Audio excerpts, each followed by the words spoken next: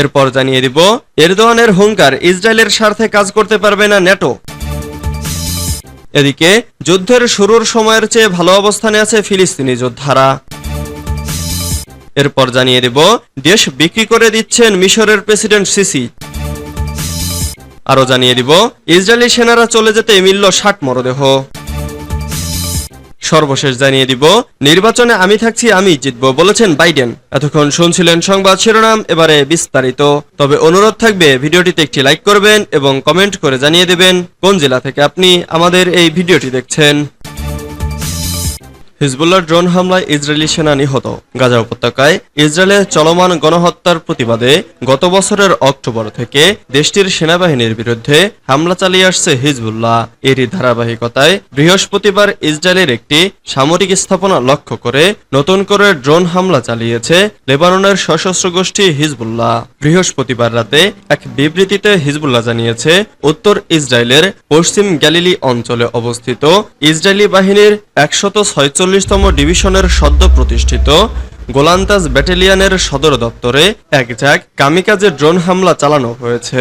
বিবৃতিতে বলা হয়েছে, অভিযানে ব্যবহৃত ড্রোনগুলো নিখুঁতভাবে নির্ধারিত লক্ষ্যে আঘাত এনেছে এবং এতে ইসরায়েলি ঘাঁটির ক্ষয়ক্ষতি হওয়ার পাশাপাশি দখলদার সেনারা হতাহত হয়েছে। হিজবুল্লাহর বিবৃতিতে বলা হয়েছে, গাজায় ইসরায়েলি গণহত্যার পাশাপাশি দক্ষিণ লেবাননে দখলদার বাহিনীর বিমান ও গোলা হামলার জবাবে ওই ড্রোন হামলা চালানো হয়েছে। হিজবুল্লাহর এই হামলায় ইসরায়েলের অন্তত একজন সেনা নিহত হওয়ার কথা স্বীকার করেছে তেল আবিব। ইসরায়েলি বাহিনী বলেছে, হিজবুল্লাহর ড্রোন হামলায় ৩৩ বছর বয়সী মাস্টার সার্জেন্ট ভ্যালেরি সেফোনভ গুরুতর আহত হন। পরে তাকে দ্রুত হাসপাতালে স্থানান্তর করা হয় এবং কিছুক্ষণ পর হাসপাতালেই তার মৃত্যু হয়। এদিকে গাজায় ইসরায়েলি অভিযানে এ পর্যন্ত ৩৮,৪০০ ফিলিস্তিনি নিহত এবং ৮৮,৩০০ জন আহত হয়েছে বলে জানিয়েছে গাজার স্বাস্থ্য মন্ত্রণালয়। এরদোয়ানের হুঙ্কার, ইসরায়েলের স্বার্থে কাজ করতে পারবে না ন্যাটো। তুরস্কের প্রেসিডেন্ট রিসেপ তাইব এরদোয়ান আজ শুক্রবার বলেছে, কোনোভাবেই ন্যাটো ইসরায়েলের সাথে অংশীদারিত্বমূলক কাজ অব্যাহত রাখতে পারবে না। এরদোয়ান বলেছেন, যতক্ষণ ফিলিস্তিনে টেকসই শান্তি স্থাপিত না হবে ততক্ষণ ইসরায়েলের সাথে ন্যাটোর সহযোগিতামূলক যে কোনো কাজের অনুমোদন দেবে না তুরস্ক। সেই সাথে এরদোয়ান জানিয়েছে, রাশিয়া ইউক্রেন সংঘাত বন্ধে কূটনৈতিক তৎপরতা অব্যাহত রাখবে তুরস্ক। এরদোয়ান আরও জানিয়েছে, তুরস্কের পররাষ্ট্রমন্ত্রী হাকান ফিদান সিরিয়ার প্রেসিডেন্ট বাশার আল আসাদের সাথে দেখা করবেন। সেখানেই শুরু হবে সিরিয়ার সাথে সম্পর্ক পুনঃস্থাপনের আলাপ। এরদোয়ান আরও জানিয়েছেন, যে কোনো সময়েই সিরিয়ার সাথে সম্পর্ক পুনঃস্থাপনের আলাপের দুয়ার খোলা আছে। সেই হিসেবে আসাদকে নিমন্ত্রণ করা হবে। এ সময় যুক্তরাষ্ট্রের কাছ থেকে F-16 যুদ্ধবিমান পাওয়ার প্রসঙ্গে এরদোয়ান বলেছেন, আমি বাইডেনের সাথে এ বিষয়ে কথা বলেছি। আগামী ৩ থেকে ৪ সপ্তাহের মধ্যেই আমরা এই সমস্যার সমাধান করব। সূত্র রয়টার্স। যুদ্ধ শুরুর সময়ের চেয়ে ভালো অবস্থানে আছে ফিলিস্তিনি যোদ্ধারা। দখলদার ইসরায়েলের সঙ্গে 10 মাস ধরে যুদ্ধ করছে হামাস সহ ফিলিস্তিনের অন্যান্য সশস্ত্র গোষ্ঠীগুলো। যুদ্ধের শুরুতে ইসরায়েল জানিয়েছিল হামাসকে তারা গাজা থেকে নির্মূল করবে, তবে এখনই এই লক্ষ্য অর্জন করতে পারেনি তারা। এরই মধ্যে যুক্তরাষ্ট্রের প্রভাবশালী সংবাদ মাধ্যম ওয়াশিংটন পোস্ট দাবি করেছে, হামাস অস্ত্র ও লোকবলের দিক দিয়ে দুর্বল হয়ে পড়েছে। এ কারণে তারা এখন যুদ্ধবিরতি চাইছে। তবে হামাসের লেবানন রাজনৈতিক অফিসের প্রধান নেতা আহমদ আব্দুল হাদি বার্তা সংস্থা এপিকে দেওয়া এক সাক্ষাৎকারে জানিয়েছেন, যুদ্ধের শুরুর সময়ের চেয়ে এখন ভালো অবস্থানে আছে ফিলিস্তিনি যোদ্ধারা। তিনি বলেছেন, প্রতিরোধ যোদ্ধাদের জন্য সামরিক পরিস্থিতি স্থিতিশীল রয়েছে এবং তাদের অবস্থান যুদ্ধের শুরুর সময়ের চেয়ে ভালো আছে। ইসরায়েলের হামলার তীব্রতা বাড়ায় গাজায় অবস্থানরত হামাসের নেতারা যুদ্ধবিরতিতে রাজি হতে চাপ দিচ্ছে, এমন দাবি প্রত্যাখ্যান করেছেন লেবানন ভিত্তিক এই নেতা। দেশ বিক্রি করে দিচ্ছেন মিশরের প্রেসিডেন্ট সিসি।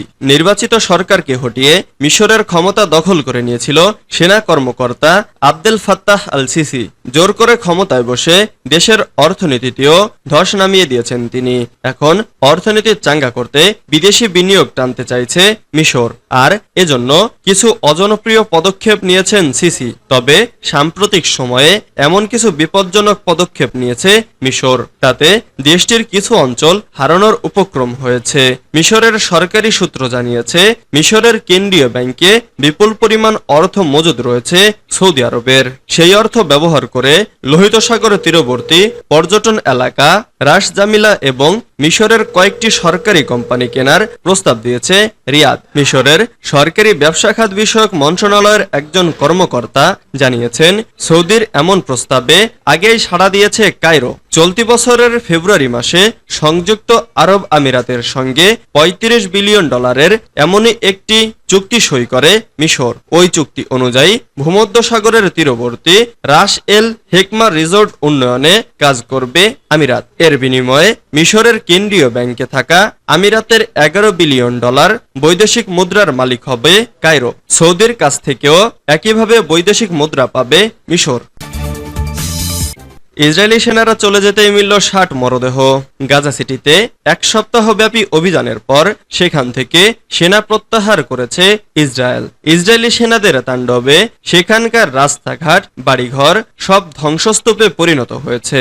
নিহত হয়েছে বহু ফিলিস্তিনি।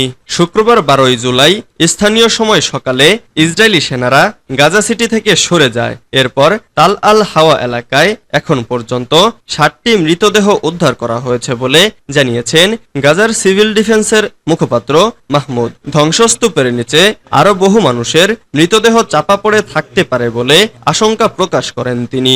মাহমুদ বলেন, রাস্তায় লাশ ছড়িয়ে ছিটিয়ে আছে, দেহ ছিন্ন ভিন্ন হয়ে গেছে। পুরো একটি পরিবারের সদস্যদের লাশ আছে। একটি বাড়ির ভেতরে পুরো একটি পরিবারের সবার পুড়ে যাওয়া লাশও রয়েছে।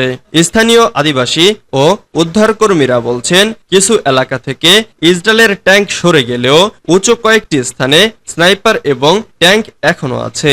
সেখান থেকে ফিরে আসার চেষ্টা করা বাসিন্দাদের সতর্ক করা হচ্ছে। নির্বাচনে আমি থাকছি, আমি জিতব বলেছেন বাইডেন। চলতি বছরের নভেম্বরে যুক্তরাষ্ট্রের প্রেসিডেন্ট নির্বাচন অনুষ্ঠিত হবে।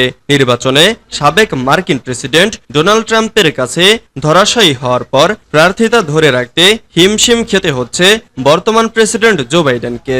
এমনকি নির্বাচনী দৌড় থেকে সরে যেতে বর্তমান প্রেসিডেন্ট জো বাইডেনের ওপর একরকমের চাপ ছিল। তবে সেই চাপ দূরে ঠেলে বাইডেন দ্ব্যর্থহীনভাবে ঘোষণা দিয়েছেন নির্বাচনে তিনি থাকছেন। এই নির্বাচন